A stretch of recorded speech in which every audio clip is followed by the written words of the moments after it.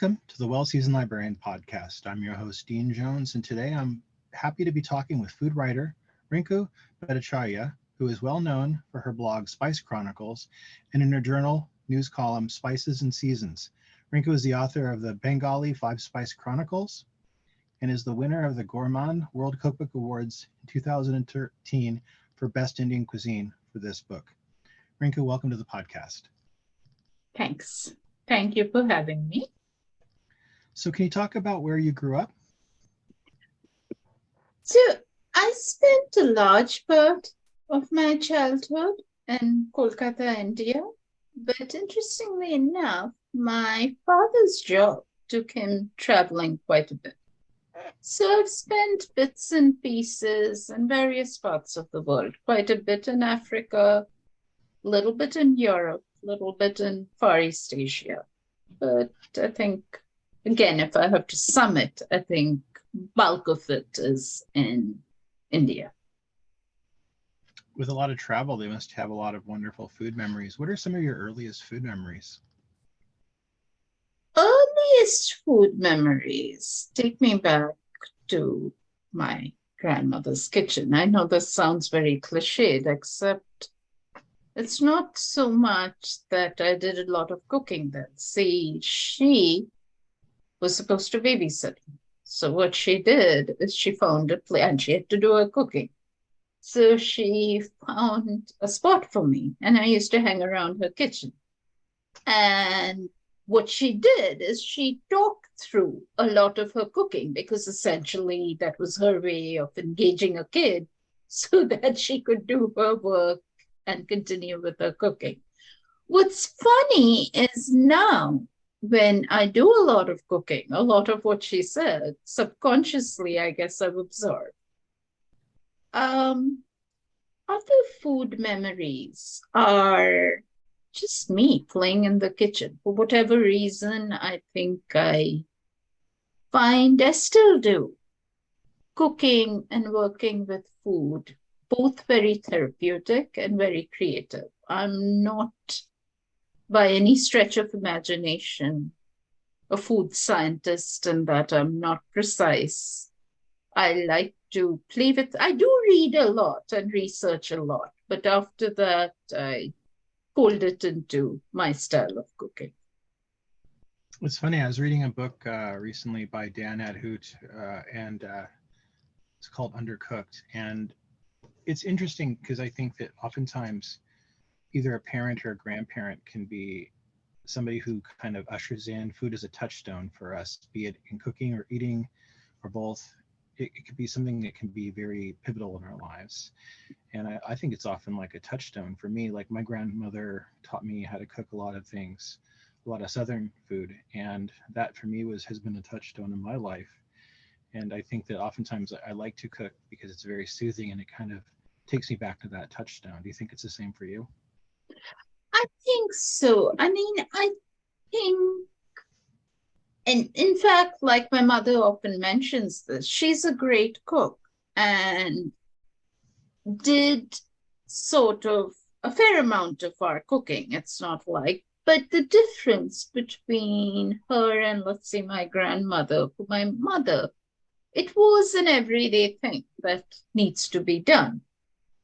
Yes, she enjoyed it. She did her own share of experimenting, but there was a lot of love with my grandmother's cooking, a lot of preserving tradition, preserving legacy, which probably she actually ended up doing because, I mean, I think if there is one aspect of culture that I think I've brought along, I mean, my children have grown up in a household where my husband and I speak different languages. So really what they speak well is English and Spanish because they learn Spanish in school. But food is how I brought culture and memories along. I've talked to many cookbook authors from India who cook from different regions. What was the food of Calcutta like? What made it stand out? What makes it stand? I mean, firstly, you touch on something very integral. to Indian cuisine. There is no one Indian cuisine. It's not even a melting pot. It's really 24 to 25 distinct cuisines. Yeah. The food of Calcutta is distinct in that it is very seasonal and sustainable. We celebrate the seasons from the smallest to the largest. I mean, whether it's the fish that's in season, the vegetables that are in season. There is a lot of simple preciseness. I mean, in some ways, it almost reminds me, I mentioned this in the Bengali Five Spice Chronicles.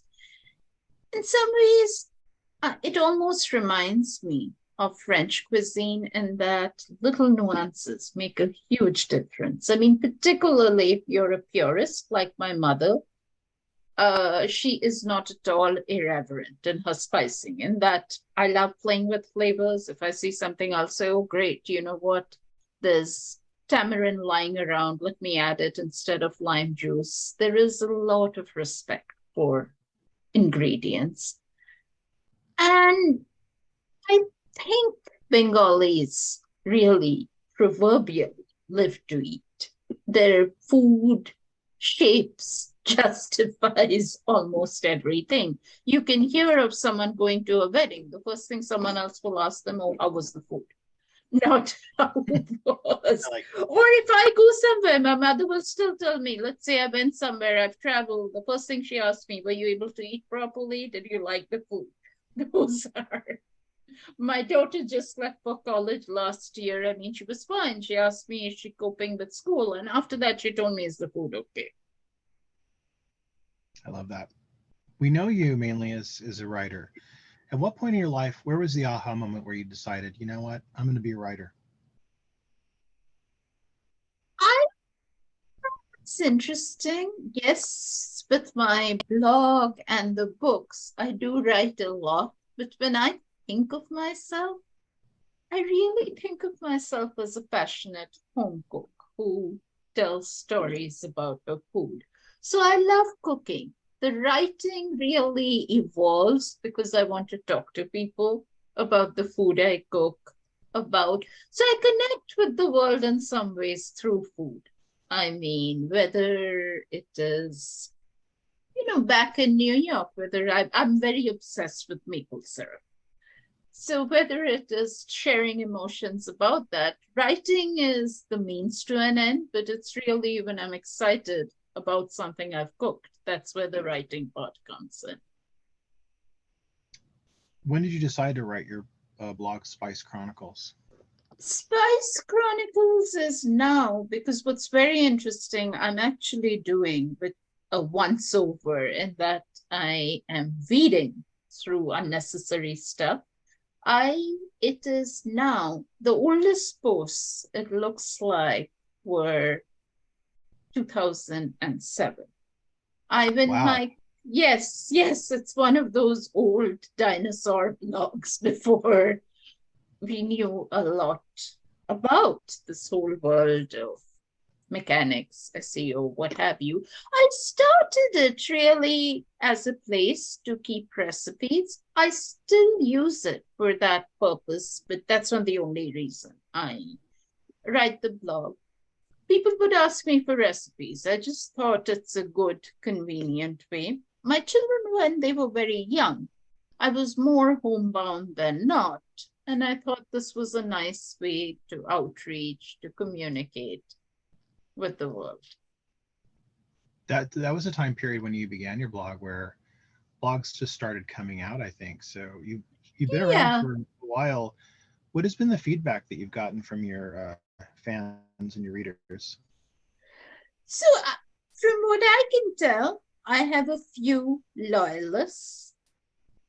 A fair amount of, interestingly enough, I'm one of those few people. Yes, I look at analytics just to make sure someone's reading the blog, but I don't obsess over it because I do like to keep the spontaneous nature of the blog. I mean, I think I am currently going through an exercise just of organizing it, because at the moment I have close to 800 recipes on the blog. And I'm just trying to structure it a little bit better. People like it for two things, and both of them happen to be focused around the books I've written. People like it as a resource for instant pot cooking, and they like it as an easy how-to for Indian cooking. In addition Fun to the things like, experiment and things like that, I've noticed those are not what my readers necessarily gravitate towards. That's interesting. I wonder why that is. I mean, do you think do they like the consistency? They don't want to see any experimentation? I also think today you have lots of recipe and food websites. I mean, that's one reason. I think the other is, to me, Indian cooking is still coming of age in the US. So even to get people to understand something that you just mentioned, how regional the concepts of Indian cooking are, is still a work in progress. I mean, I feel it's just started here in the US. I mean, where someone says, oh, yes, dosa is from South India or what have you. But by and large, your mainstream person looking for Indian food is still looking for the usual hits. And I can understand that. My son has 3 or 4 staples. We tend to eat Asian cuisine in various flavors a lot. My daughter, her fail-safe, when we go to a Thai restaurant, is a pad Thai. I mean, she will try other things, but she must order that. My son's very fond of sweet and sour chicken. We will try other things. I mean, my husband and I are very experimental, but that to him is a safe bet. He knows what it tastes like, and he orders it. In addition to the writing, you've done quite a bit of cooking instruction. What do you think your students walk away from your classes knowing after they've taken the class that they didn't know when they started? I think based on feedback, I am very relaxed about cooking, mostly because cooking to me, I mean, I'm actually trained formally as an accountant. I've done other sort of food learning along the way, what I love. So to me, cooking is almost the other side where I don't cook in a super precise way, because I feel the biggest thing we can do to become a good cook is relax in the kitchen. So what I tell students is, yes, it may not sometimes taste exactly like the dish you started out with, as long as it tastes acceptable, you're okay. Partly because I'm a home cook. I love experimenting, but at the end of the day, the food often is dinner for our household. So you know what, if I botched up really badly, yes, we're in trouble. But for the most part, as long as it's a dish that sustains, feeds, and nourishes, we're in business. Do you have any advice for aspiring cooks like myself who are interested in trying Indian cuisine and don't really know where to begin? Well, without trying to plug my cookbooks, I have written them, trying to demystify cooking, but really the blog is all free. So, I mean, there are tons of recipes there. I think start out with dishes that make you happy, in that don't, trying to think what would be. There are some very complex dishes out there, particularly Indian desserts to me, because they take a long time. Even though they may not be as precise as baking, there is still a fair amount of precision left. I think things like that you need to work your way up to. There are ingredients, some more common, some less so. Work with the more familiar ingredients. I mean, spices like cumin, coriander, aromatics like ginger, garlic get you quite far, much further than you realize. In fact, when I teach, I have something I call my essential spice kit, which actually include the 4 spices that I mentioned, and I add in turmeric and cayenne pepper to the mix. I mean, you can meshing that with onions. You can actually put together quite a few essential curries, and then start warming up to building more and more of your spice arsenal, your curry repertoire, if you will. Can you talk to us about your first book, Bengali 5 Spice Chronicles? Can you tell us how you came to write this and what inspired you to write this book? So I started writing it. It's interesting. I mentioned my grandmother. Probably the most passionate foodie I've known in my life was my father. When I started writing it, he actually was towards the tail end of his life. He had Parkinson's disease, and about 11 years ago, it was an even lesser known disease than sort of it is today. Yeah. I was traveling back and forth to India a lot. It helped me. The world is a smaller place today. I mean, really, we are connected in many ways, less so back then. And I did not want that time in my life and his life to be one where I felt I'm just going back and forth, to be with an ailing parent. So the book was shaped around a lot of food memories and a lot of the drafts, a lot of the things. It gave me a very positive forum to talk with my dad about. And that's when it started. And I mean, I think, like I said, these days you see more regional cuisine books. It really was quite a novelty.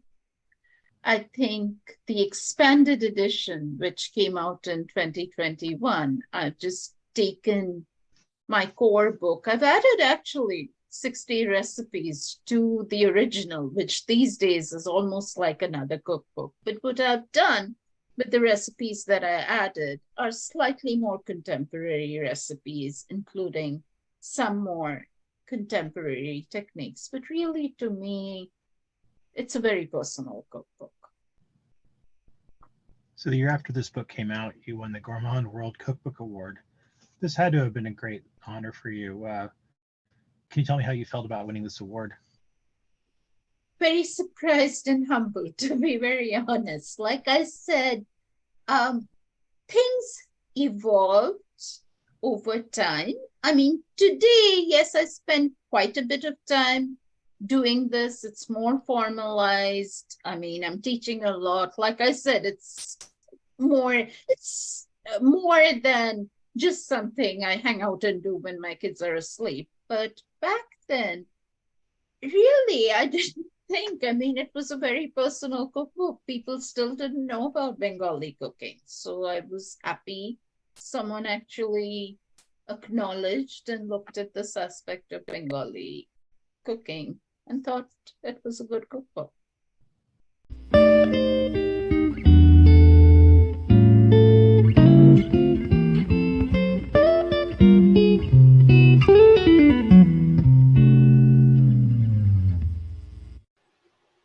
This episode is sponsored by Culinary Historians of Northern California, a Bay Area educational group dedicated to the study of food, drink, and culture in human history. To learn more about this organization and their work, please visit their website at www.chnorcal.org.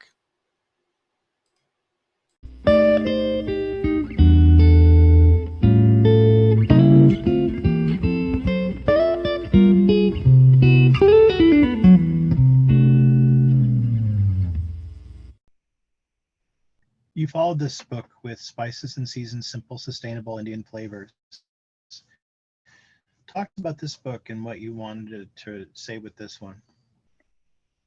So spices and seasons to me is honestly in some ways a cornerstone of how I do cook every day. I mean, I think I've mentioned to you, I think Bengali cooking is very sustainable. For cooking to be truly sustainable, it has to adapt to your ecosystem around you.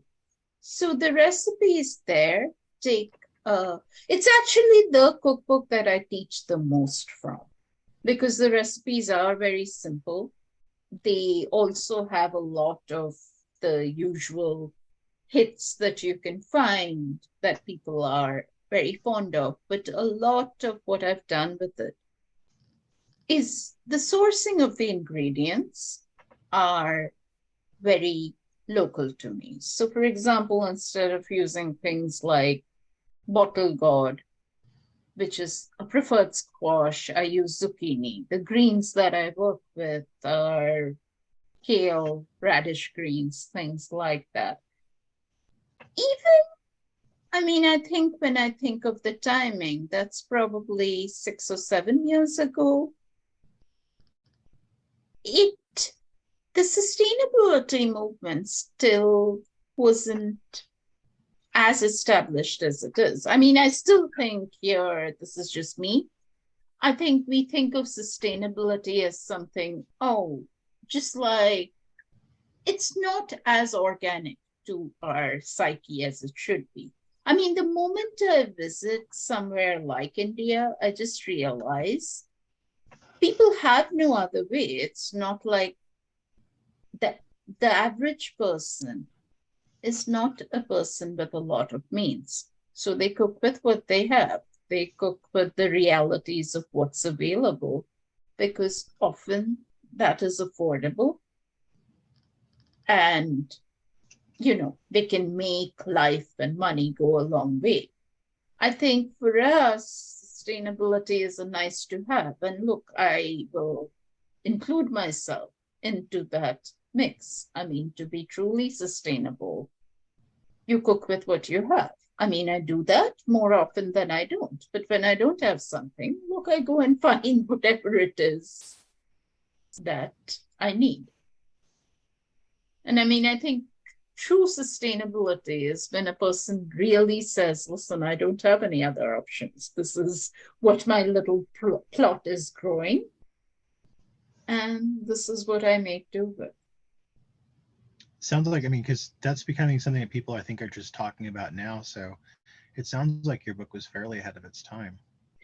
It is. I have more people actually who notice it today and say, oh, how come I never knew about this book? So I'm not very sure what to do with it, whether I can give it a refresh or something like that.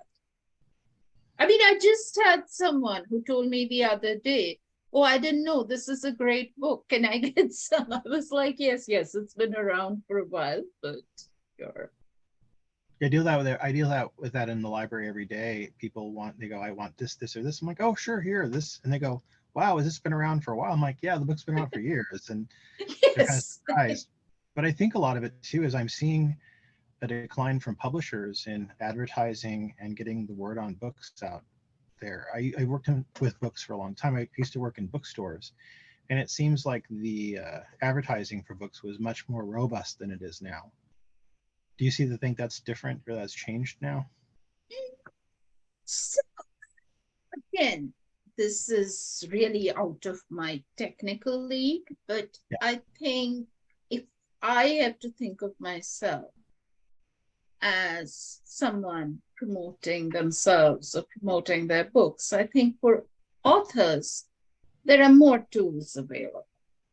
Yeah. And by the same token, for publishers, there are fewer resources available.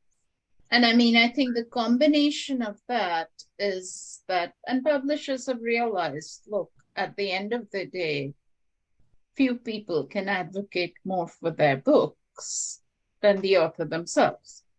Yeah. So their budgets, therefore, are leaner, and we are kind of left to. But I will say one thing. And I will go on record for saying my books aren't like huge, huge sellers. This said, no one is as passionate about their cookbooks as the author themselves. True. If we can somehow find an in-between where the publisher actually gives the author the resources to promote their work, you will have the best mix. Oh. I like that. I hope people in publishing are hearing that right now. I mean, listen, it just came up. What I realized is we've gone from the model where you used to have a lot of publicity dollars. I mean, I think, the ones that you have, instead of outsourcing it, yeah, if you can empower the author who is hopefully promoting their books anyway, I think you'll have the best. A lot of the other side of my life, I've worked with not-for-profit organizations. And one of the things I tell them is, when you're doing fundraising or making an ask, or outsource it as minimally as you can, because at the end of the day, no one can tell your story as well as you do. By the same token, an author will be passionate about their cookbook. That's very true. Now, in 2018, you published Instant Indian, classic foods from every region of India, made easy in the Instant Pot. Now, I know a lot of people have been putting out Instant Pot cookbooks, and I've seen some in different foods. I don't think I would have ever thought of Indian food in this context. Is that unusual, or is that not surprising? Look, I think what we've started doing in the American Indian kitchen with the Instant Pot is a bit of an expansion, but the pressure cooker is a very essential tool in Indian kitchens, because we eat a lot of beans, we eat a lot of legumes. I mean, my husband's from Northern India, his household's vegetarian. I mean, the pressure cooker does not go off in my mother-in-law's kitchen. There's something or the other being cooked in it. So per se, the Instant Pot, I mean, what I like about it is that you can take away the watching, the babysitting aspect of it. There are other modern features of it, which actually translate very well to dishes that I'd never thought of. For example, there is a yogurt setting. Yes, I use it for yogurt, but because it's consistent and provides gentle warmth, it's really great for fermenting. So we have a lot of batters like dosa batters and things like that, especially here in the East Coast, where winter's evenings are very, very cold. I mean, I feel really happy that I can consistently put my batter in for 12 hours, not worry about it, and have it ferment. What is some of the feedback you got on the book when you've gone to signings, or when you've heard back from people who purchased it? What was the comments they've had?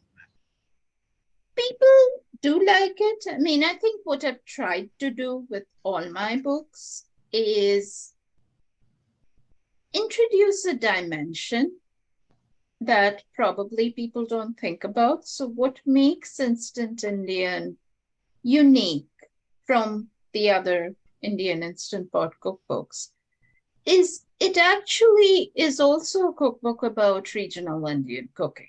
So the recipes actually cover every region of India with a light touch and with it appeals, not surprisingly, to a very different audience from, let's say, the Bengali Five Spice Chronicles. So in some ways, it's broadened my horizons, broadened my outreach. Who are some of your personal favorite food writers that you've read through the years and have enjoyed? Ooh, that's a good question. I used to like Raghavan Iyer's writing. a lot. I still love his writing, but sadly he's passed on, just passed on. Um, Different writers touch you in different ways. Um, I read the blog Dinner, a Love Story quite a lot. It's a popular blog. The style and writing is nothing like mine. But again, where you find a commonality is interesting. What I do like about the blog is there's a lot of emphasis on everyday dinner, which again, to a large degree, I feel is what my blog's about. It's just with an Indian accent. Um, those are the two. I used to like Madhur Jaffrey's cookbooks in the early days, not because she writes a lot, but I love the fact that she could take something that was a really unknown cuisine, take it and translate it to an unknown audience. I mean, if we feel today, I don't know, 20, 30 years later, we are still teaching Indian cooking to an unknown audience. You can imagine what someone like her translating it felt. Yeah, those were the ones that immediately came to mind. I'm sure there are others. I'm just not thinking about them right now. Do you feel like Indian cuisine, as a generality, is becoming more commonplace in America? I feel like 20 years ago or 30 years ago, people were still grasping with it. But like I talk to younger people now, and I could say paneer cheese. They know what it is. I can say samosas or dosas. They know what they are. They're not like scratching their head. I also live in the Bay Area, which is more metropolitan. But do you think across the country, it's becoming more commonplace? See, I think there are a few things. This is not just for Indian cooking. I think overall, people are more culturally conscious. So, especially the millennial generation and younger, earlier, let's say, it's not, again, like I said, it's not unique. I think when I was my daughter's age, I probably would be okay if I said, hey, I love these coconut noodles. My daughter will probably think it's not appropriate. She should find out what the specific name is. And this is across the board. It impacts Indian cooking. That's one thing. Definitely, it's more mainstream. I also think in the US, we're probably looking at more second and third generation, less third, but more second generation Indians. So the culture and the food base is becoming more sort of mainstream. I also think as a trend, what I found very interesting, this is particularly prevalent in the south of the United States. A lot of cookbook authors and chefs are doing very fun things, meshing their traditional food ways with the ways of the US. And I think there again, by default, you're doing a little more educating. Like that. So Rinku, what's next for you? No, yet. I'm actually researching a book that takes a global perspective on curries. It's been quite a passionate endeavor. But when I started researching the Bengali Five Spice Chronicles, it was quite the same way. But the thing with it is, the more I learn and the more I research, the more I get into it. But really, if that would be my next project, if someone will have it. Well, yeah, it's funny you mentioned that because I was just thinking about this the other day because the word curry used to just mean people would normally think of like an Indian curry, but then like over time in my travels, I had a friend who was from the West Indies, and she made a curry, and it was very different from any curry, but she called it curry, and for all intents and purposes, it was a type of curry.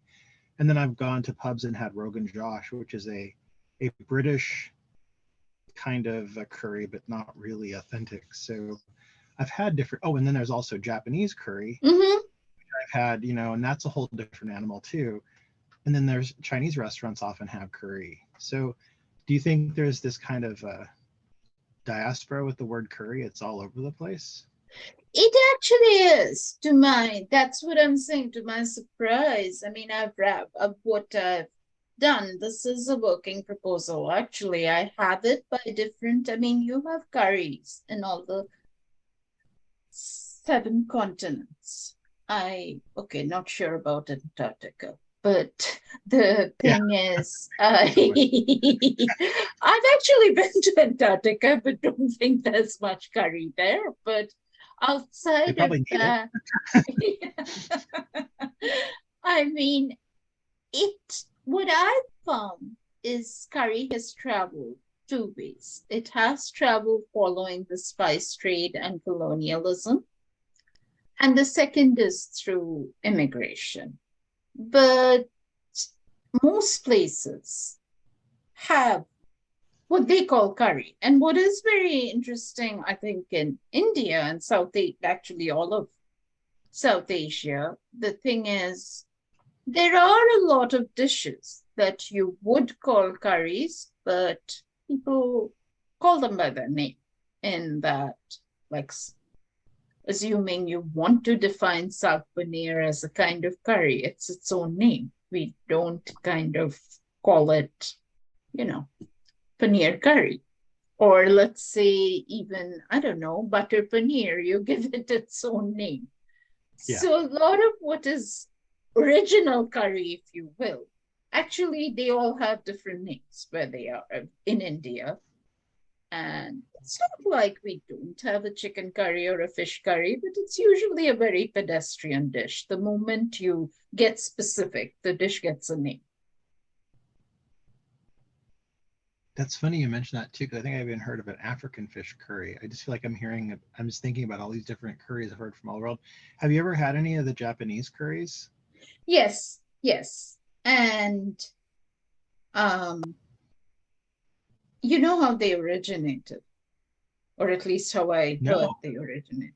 So apparently, at some point of time when the British were in Japan, it became food for the army, because the combination of rice and curry, because the Japanese curries also have a fair dose of vegetables, it was considered a cheap and balanced meal. And hence curry rice, or curry raisu as they say it, came about. And that's what I mean when I say it's traveled. Like in the islands and others, it's definitely through colonialism and immigration. I mean, indentured laborers were taken and they went to the islands because pay was better, it was better opportunity. They adapted food from their home countries. I mean, in most cases, different parts of India, and that's where a lot of the origins of Caribbean curries came about. I was talking to a friend from Ireland, and I said, we celebrate St. Patrick's Day, and we always tend to make food that's not actually Irish. I said, so what? We do the corned beef and cabbage, which is an abomination, and I always say, what would you have? What would be Irish to you? He goes, well, if you really want to eat something Irish, you'll have a curry. and I talk to other Irish people, and they seem to agree. They say that seems pretty accurate. So it's just funny how, people will come from other countries to America, and they'll all kind of want curry still. Because a lot of British expatriates I talk to, the first thing they want to find is, where can I get a good curry? Well, I think if there's anyone who loves Indian food more than the Indians, I think it's the British. That's in fact, the first time someone gave a gift of my cooking classes to someone else, it was someone British. I mean, His exact words was, he has this bloke working for him who's missing good Indian food. Can he buy a gift certificate so that, we can spend some time cooking? And this guy later told me, yes, I think what he hopes is I learn how to cook good curries so that I can, make some for him after this class. Rinku, I really enjoy getting to talk to you. Thank you for being on the podcast today. No, thank you for having me. I enjoyed this as well.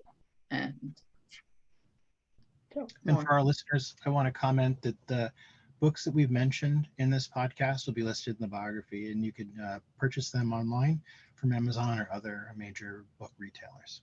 Rinku, thank you for being on the podcast. Thanks.